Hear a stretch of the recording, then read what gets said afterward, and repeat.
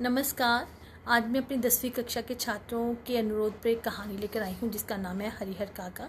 ये कहानी मैंने अपने शब्दों में लिखी है। आशा करती हूँ कि आपके सारे संशय इस कहानी को सुनकर पूरे हो जाएंगे। तो हरिहर काका की जो कहानी है, इस कहानी में बताया गया है कि किस तरह समाज में जिन लोगों के पास धन दौलत है तो कैसे लोग उनके समीप आ जाते हैं, उनके सगे संबंधी बन जाते हैं। और यदि आपके पास धन दौलत नहीं है तो आपके अपने भी आपको छोड़कर चले जाते हैं। ऐसा ही कुछ हुआ है हरिहर काका के साथ। तो ये कहानी आप सुनिए जो कि मैंने अपने शब्दों में लिखी है। मैं पढ़ने जा रही हूँ इसको। आशा करती हूँ कि आपको अच्छी लगेगी। कथाकार का घर हरिहर काका के पड़ोस में होने के कारण उनके आपस में काफ़ी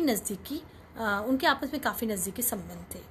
काका ने कथाकार को बचपन से ही बहुत प्यार किया था। काका की अपनी कोई भी संतान नहीं थी, इसलिए वे कथाकार को बड़ा ही प्यार करते थे, अपने बच्चे की तरह मानते थे। काका कथाकार को अपने मन की सारी बातें बताया करते थे, लेकिन अचानक ही अपनी परेशानियों के कारण कुछ समय बाद काका ने कथाकार से बातें करना बंद कर दी। वे मौन से हो गए, चुप से हो गए, कोई भी बात नहीं करते थे। इसी कारण कथाकार को चिंता सी होने लगी। वे समझ नहीं पा रहा था कि क्या किया जाए जिससे काका की ये हालत ठीक हो जाए। काका को उनके परिवार के लोगों ने तथा धार्मिक समुदाय के लोगों ने इतने दुख दिए कि वो चुप से हो गए।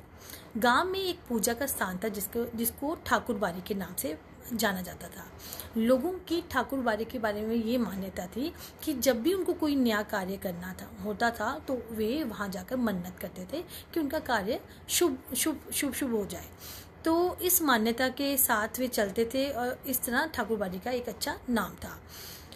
गांव में ठाकुरबाड़ी का विशेष महत्व था, तो इसलिए कथाकार भी वहाँ जाने लगे। अन्य लोगों की तरह उन्हें भी वहाँ जाके बड़ा अच्छा तो नहीं लगता था, बट हाँ, अन्य लोगों की तरह वो भी वहाँ पर जाया करते थे। उन्हें वहाँ पर रहने वाले साधु संत बिल्कुल नहीं भाते थे, क्योंकि उनका मानना था ये साधु संत कोई काम तो करते नहीं है, हाँ, लेकिन अच्छा सा भोग लगने पर वो खाते पीते हैं और अपना समय बिताते हैं।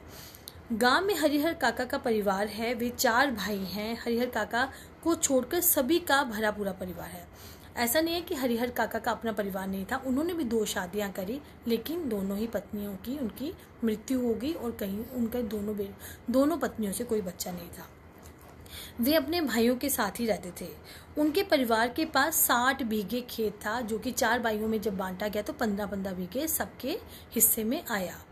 सबके पास परिवार था, इसलिए सब लोगों को लगता था कि हरिहर काका की जो ज़मीन है वो हमारे हिस्से ही आएगी, क्योंकि उनका तो कोई परिवार नहीं था। पहले वो इस बात को मानते थे और हरिहर काका की अच्छे से सेवा भी करते थे, लेकिन बाद में जब उनको इस बात के लिए महसूस हुआ कि हरिहर काका तो हमारे पास ही रहते हैं, उन्होंने हरिहर काका के साथ उनकी पत्नियों ने बुरा व्यवहार करना शुरू कर दिया। वे उन्हें पुराना खाना देते थे, कुछ भी अच्छी चीज़ नहीं खाने को देते थे। जब वो कभी बीमार हो जाते तो उन्हें कोई पूछने वाला नहीं होता था, कोई दवाई देने वाला नहीं होता, कोई पानी देने वाला नहीं होता था। तो हरिहर काका बड़े ही परेशान रहने लगे।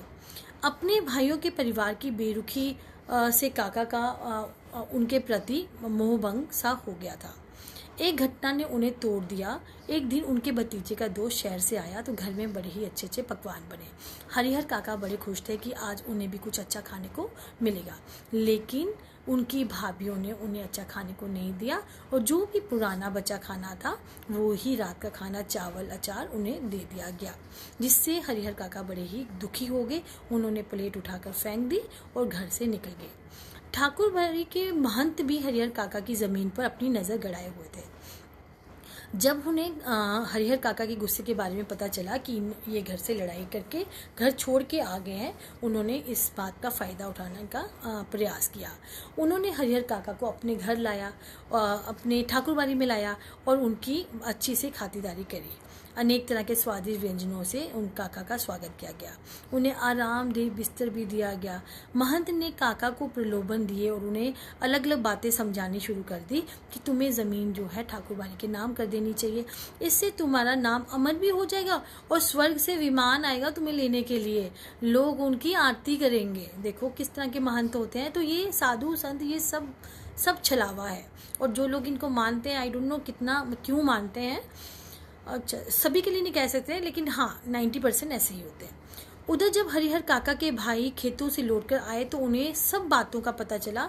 वे भी जमीन के लालच में बेचैन हो गए। उन्होंने सोचा कि अगर महंत ने काका को बहका दिया तो सारी जायदाद तो वो महंत ही ले जाएंगे। उन्होंने अपनी पत्नियों को खूब फटकारा। काफी सोच विचार करके हरिहर काका को लेने वे ठाकुरबाड़ी चले गए। एक रात ठाकुरबाड़ी में बिताने के बाद हरिहर काका भाइयों की मनोदशा के बाद वापस घर लौटे। उन्हें लगा कि ये बड़ा ही प्यार से बुला रहे हैं, तो है तो मेरे अपने सगे ही। घर पर सभी ने उनके पांव पकड़कर माफ़ी भी मांगी। ज़मीन का लोभ था, इसलिए उनकी अच्छी सेवा भी की गई। काका हैरान थे। उन्हें अपनी इच्छा अनुसार भोजन मिल रहा था, उनकी दवा दारू की जा रही थी। ज़रा सी आवाज़ पर भाभियाँ भागती हुई आ जाती थी। फिर काका फिर उनकी बातों में आ गए और उन्हें लगा कि अरे ये तो जो अपने होते हैं वो अपने ही होते हैं। गांव में तरह तरह के लोग हैं। जब हरिहर काका के विषय में उन्हें पता चला तो उन अनेक तरह की बातें भी शुरू हो गई। कोई कहता काका को अपनी ज़मीन ठाकुरबाड़ी के नाम लिख देनी चाहिए, इससे उनका नाम अमर हो जाए। किसी का विचार था कि उन्हें अपनी ज़मीन अपने भाइयों के परिवार को ही देनी चाहिए। जितने मुंह उतनी बातें, लोग तो बातें करेंगे। गांव में हर किसी को यही जिज्ञासा थी कि हरिहर काका की ज़मीन किसके नाम होगी। हरिहर काका ने एक दिन कथाकार को अपने मन की उलझन बताई। फैसला हुआ कि अपने जीते जी वे किसी को अपनी जायदाद नहीं देंगे। उनको उन लोगों के उदाहरण याद आए जिन्होंने जीते जी अपने ज़मीन जायदाद अपने लोगों को दे दी और बाद में उनका जीवन नरक बन गया। हरिहर काका की ज़मीन अपने नाम करवाने के लिए महंत ने काका का अपहरण किया। उनसे ज़बरदस्ती काका के अंगूठे के निशान ले लिए। हरिहर काका महंत की इज्जत करते थे, लेकिन जब ये घटना घटी तो महंत से ठाकुरबाड़ी से उन्हें नफरत सी हो गई। काका के भाइयों ने पुलिस की मदद से ठाकुरबाड़ी से काका को मुक्त करवाया। मुक्त होने के बाद उन्होंने महंत और उनके साथियों का पर्दाफाश किया। उक्त घटना के बाद हरिहर काका के सोचने का ढंग अब एकदम बदल गया। अब उन्हें समझ में आ गई, जो भी उनके आगे पीछे उनकी सेवा कर रहे हैं, चाहे उनके भाई बहन हैं, चाहे वो महंत हैं, ये सब क्यों कर रहे हैं? क्योंकि उन्हें उनकी जायदाद चाहिए। उनका इरादा मजबूत हो गया, क्योंकि वो जान चुके थे उन्होंने अपनी ज़मीन किसी के नाम नहीं करनी। उन्होंने अब सोच लिया। हरिहर काका के भाइयों को लगा कि सीधे सीधे तो ये ज़मीन नहीं देंगे। उन्होंने भी महंत वाला ही रास्ता अपनाया। एक दिन उन्होंने काका के साथ मारपीट करी और उन्हें ज़मीन अपने नाम लिखवाने के लिए कहा। काका की चीख पुकार सुनकर लोगों ने उन्हें आज़ाद करवाया। इस घटना के बाद तो काका का मोह भंग ही हो गया। उन्हें पुलिस सुरक्षा दी गई। हरिहर काका अपने भाइयों के परिवार से अब अलग रहने लगे। गांव में हर जगह हरिहर काका के साथ होने वाली बातों की चर्चा हो रही थी। लोग बढ़ा चढ़ाकर बातें कर रहे थे। कोई कहता था कि उनकी मृत्यु के बाद उनकी ज़मीन उनके भाइयों को मिल जाएगी। कोई कहता था कि ज़मीन ठाकुरबाड़ी को मिल जाएगी। गांव का वातावरण अब गर्म हो रहा था। इन सब घटनाओं का हरिहर काका पर यह प्रभाव पड़ा कि वे मौन से हो गए। वे हर समय आकाश की ओर ताकते रहते थे, देखते रहते थे। बस खुली आंखों से आकाश की ओर ताकते हुए सोचते रहते थे। उन्होंने अब एक नौकर रख लिया था, वही उनका ख्याल रखता था, और पुलिस के जवान भी काका के खर्चे पर मौज मस्ती कर रहे थे। इस तरह काका अब अपना अंतिम समय व्यतीत कर रहे थे। तो ये कहानी है हरिहर काका की। इस कहानी से हमें ये सीख मिलती है कि किस तरह से लोग हमारे सगे संबंधी बन जाते हैं जब हमारे पास पैसा होता है, और जब हम अपना पैसा उनको देने से मना कर देते हैं तो वही लोग हमारे दुश्मन बन जाते हैं और हमारी जान तक लेना चाहते हैं। धन्यवाद।